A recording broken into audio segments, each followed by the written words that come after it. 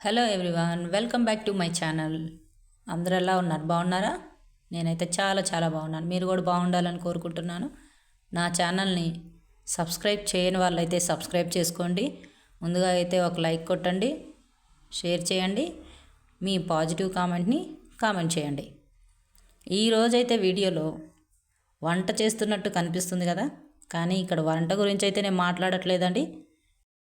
ఒక టాపిక్ గురించి అయితే మాట్లాడాలని అనుకుంటున్నాను.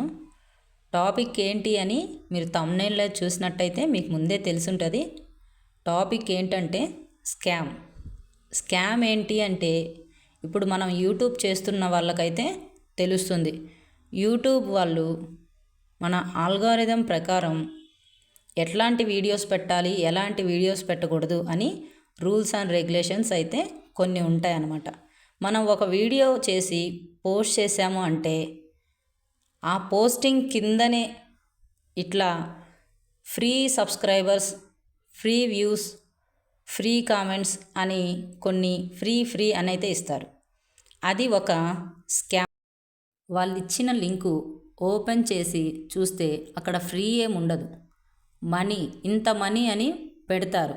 100 రూపీస్, 1000 రూపీస్, 500 రూపీస్, ఎంత అంటే అంత మనీ పెట్టేస్తారు.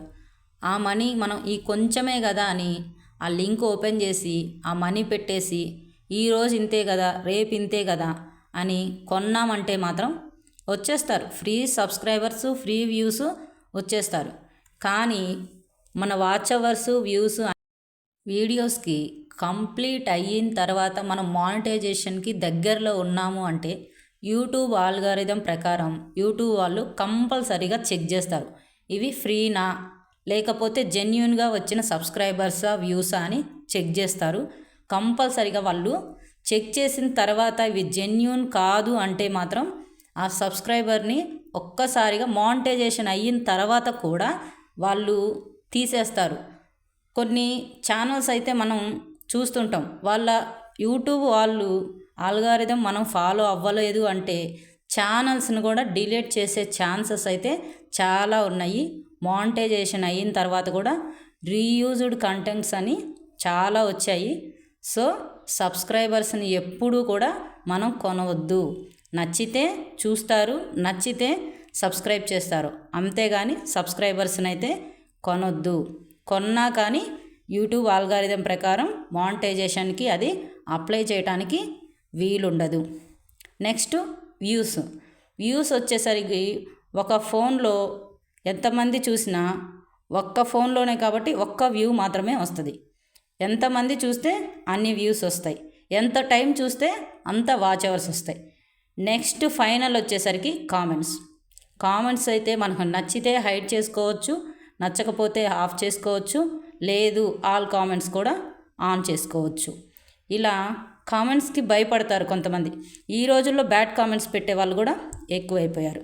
మాకు ఎన్ని కామెంట్స్ వచ్చినా, ఎలాంటి కామెంట్స్ వచ్చినా మాకు అవసరం లేదు, ఆ కామెంట్స్ని మేము పట్టించుకోము అనుకునే వాళ్ళు మాత్రమే ముందడుగు వేయాలి. ఒకవేళ ముందడుగు వేసిన తర్వాత కూడా ఇలా కామెంట్స్ వస్తున్నాయని ఒక్కసారి బ్యాక్ స్టెప్ వేశారంటే అక్కడే ఆగిపోతారు. సో ఈ రోజుల్లో ముందడుగు వేస్తున్నామంటే 10 అడుగులు వెనక్కలాగే వాళ్ళు ఉంటారు. అట్లాంటి వాటికి అన్నీ భయపడకుండా మన పని మనం చేసుకుంటే కరెక్ట్గా యూట్యూబ్ ఆల్గారిథం ప్రకారం రూల్స్ అండ్ రెగ్యులేషన్స్ ఫాలో అవుతూ సక్సెస్ కంపల్సరీగా వస్తుంది. ప్రతి కామెంటు పట్టించుకున్నారు అంటే మాత్రం మీరు అక్కడే ఆగిపోవాల్సి వస్తుంది. సో కామెంట్స్ని కూడా మనం పట్టించుకోవాల్సిన అవసరం లేదు. పాజిటివ్ అయినా సరే, నెగిటివ్ అయినా సరే మనం అవసరమైతేనే కామెంట్స్ ఆన్ చేసుకోండి, లేకపోతే ఆఫ్ చేసుకోండి. సో యూట్యూబ్ వాళ్ళు ఆల్గారిథం ప్రకారం మనం జెన్యూన్గానే subscribers, views, watch hours complete అవ్వాలి. ఫైనల్లీ యూట్యూబ్ ఆల్గారిథం ఫాలో అవ్వాలి. See you next video. By.